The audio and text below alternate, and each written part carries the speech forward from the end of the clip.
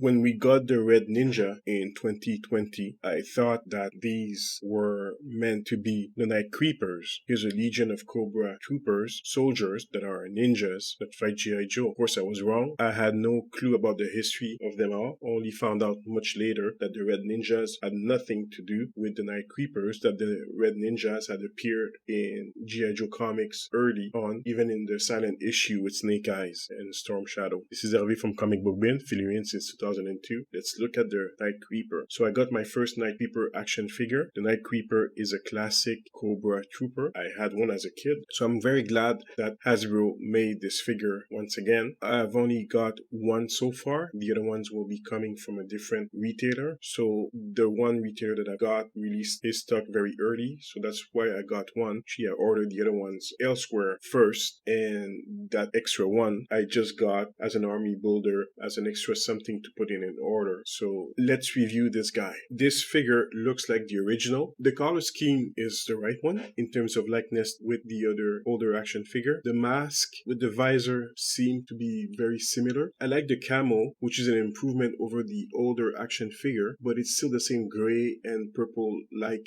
colors. A difference would be the forearms, which have a bit of a pattern on them, camo pattern. The old one did not have camo patterns on the forearm. The shin guards are a little bit raised up, but they're very similar to the old one. Of course, the classic body shield is the same on the figure. Something interesting is that the straps that are hinted at on the old Night Creeper from 1990 are present here on the figure. In terms of weapon, well, the crossbow is the same, and the swords are very similar, including the backpack. Also, it's the same. It's a representation of the old backpack with modernized aesthetics. So yeah, the Night Creeper looks like his old self. Now, that's good for collectors who wanted the characters to look exactly the same and not evolve, and this is what Hasbro went with this character. They decided to stick closely to the original and not improve, not change too much. There's two ways of looking at Joe's classified, whether they innovate on the construction, on the build, or whether they simply look exactly like the older figures, but in the 1/12 scale. Some people argue, I think that's a toy kind of move,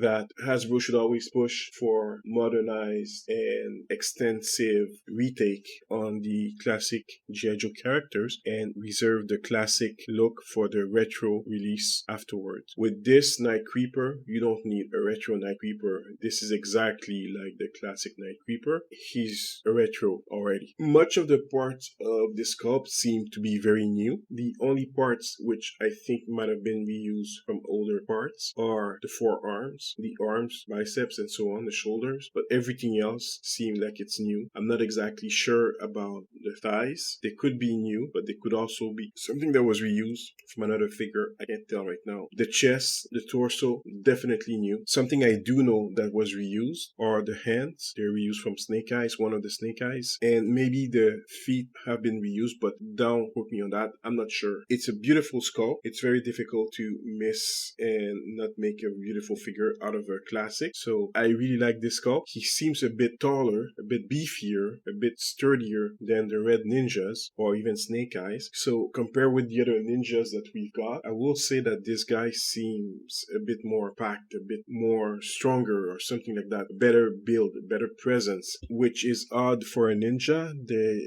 usually are a bit on the skinnier side. I will say that Cobra did hire these guys. They're corporate ninjas. They're not like the classic ninjas. So they're a different stock, you could say. They're probably not even Asian. Who knows? But it's a beautiful sculpt. I feel like the head looks a bit like a bald character with the silver dome on top of it. It looks a bit funky. Those guys have always looked like they were from the Middle East. Maybe that's what Hasbro was going for with the aesthetics. I'm not sure how Hasbro will reuse this sculpt, but they probably will. The figure does come with an alternative head. Now, there was a leader to these guys, and the head is supposed to look like that. It's an odd thing for Hasbro to do, because usually they like to make different figures if they can reuse as much. Here, they gave us a second head, which means that maybe they will not necessarily make the Night Creeper leader in the future. They'll just give us this and say, this should be good enough for you. It doesn't matter. Now, we know that Hasbro likes to use base plastic, so it doesn't use paint a lot. The paint application on this figure are very specific to the camo, and it's on the front and the back of the legs, thighs, buttock. I don't like the fact that it's not on the side as much. It looks kind of weird. I would have liked them to have a 360 instead of having just front and back. It doesn't feel like natural. The camo should be spread over 360 on the part, not just on a specific exposed part. But that's what they are going for. It's kind of weird. The other part that has some color is the paint, the silver paint on the chest and the strap for the armor, which are painted black. There's a little bit of detailing on the head also. So the dome is also painted silver. The visor also. This is not vac metal, so it's not the same quality and it may not last as much over time. So it can get scratched and so on and peel off. It's not the same. There's also a little bit of paint on the belt and very slight straps on the shins and the calves. The alternate head has more paint applied on the base, purple plastic, red visor, and the mouthpiece, which is a little bit darker. Nothing to it. The weapons are all solid black, but thankfully the swords were given some color, kind of a greenish something for one of the swords. The other one is more silver. The daggers are both black, even the blade. So you can see that there were some cost cutting here by giving us blades that were completely black. Not the best thing, but that's Hasbro trying to do as much. So they cut a few costs around that part. The way I like to do scales is not to give exact numbers, but comparison with other characters. I'm glad to report that the Red Ninja seems to be shorter than most Joes. I put him next to General Hawk. He seems like he's more in scale with someone like Snake Eyes. With the other Red Ninjas, he fits. He's about the same as them. That's a good scale. Like I mentioned earlier, I like my ninjas to be a bit shorter than regular characters. It's better in terms of aesthetics to have shorter ninjas than tall ninjas. I know the first release of the hand ninjas from Hasbro were very tall and could even be used with 7-inch action figures. I've done so with my Kato shot,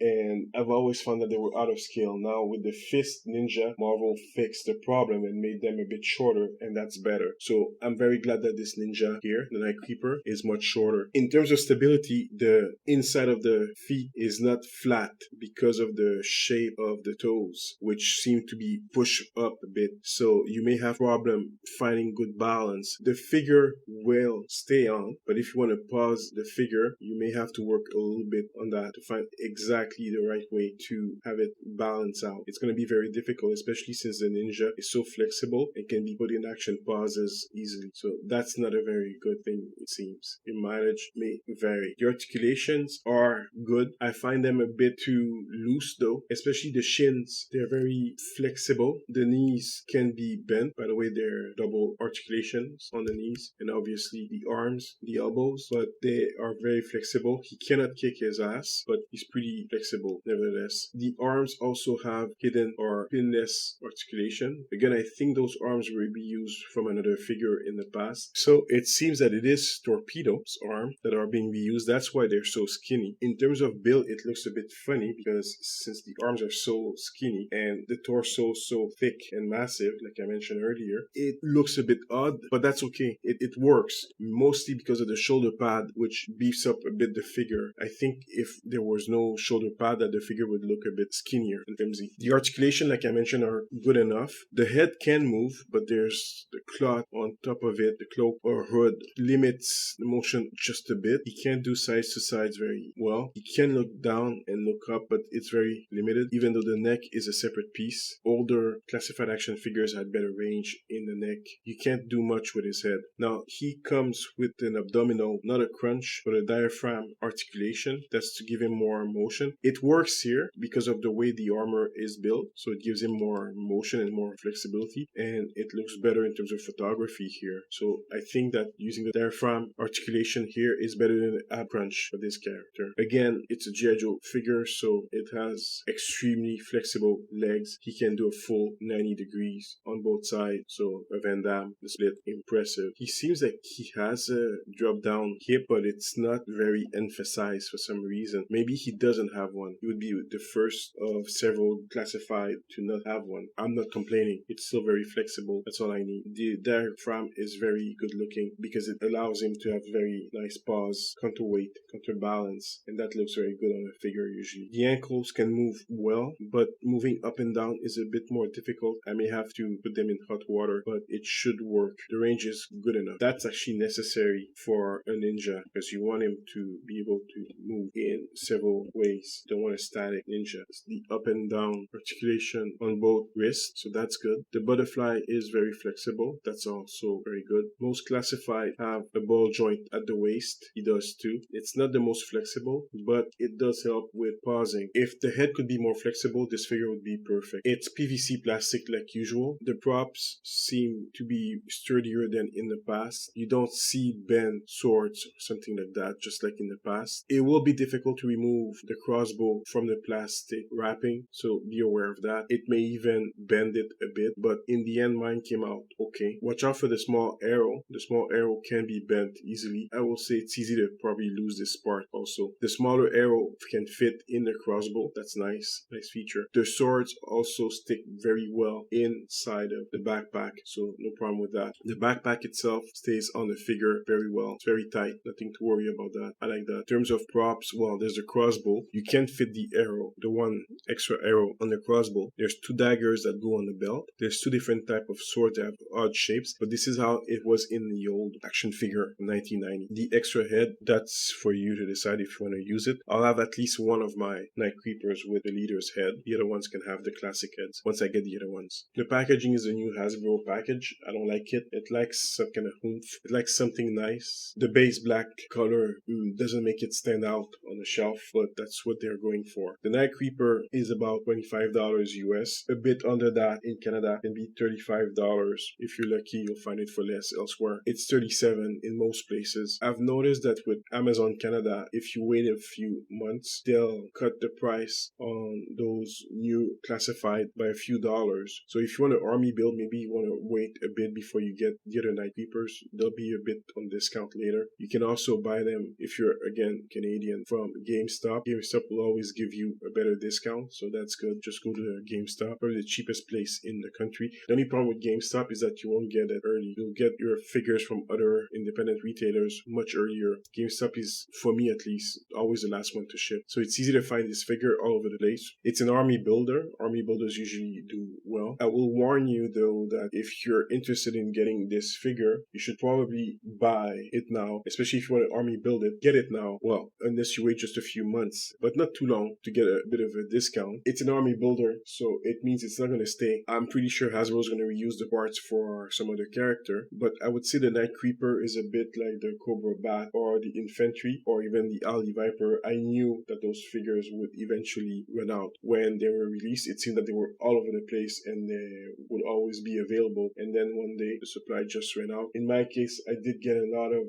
Cobra Bat before they just sold out everywhere. I mean, you can still find them, but they're not at the release price anymore. The same thing will probably happen with the Night Creeper. It is a classic character, a popular character, and an army builder, so if people are army building this thing, it's gonna sell out pretty quickly. I think the Night Creeper deserves to be in a nice diorama fight scene with the Red Ninjas and a couple of Joes, or the Ninja Force, whatever they're called, all the ninja. There's a few of them right now, so they would look good together, all of them. I've got so many ninjas that they will look good together. It's a very good figure, a bit loose on some of the articulation. The build is new, so that's a plus. Not as much reuse as they could have done. I will say get this figure. It's probably an 8 out of 10. This is Hervé from Comic Book Bin. Like and subscribe, and see you next time.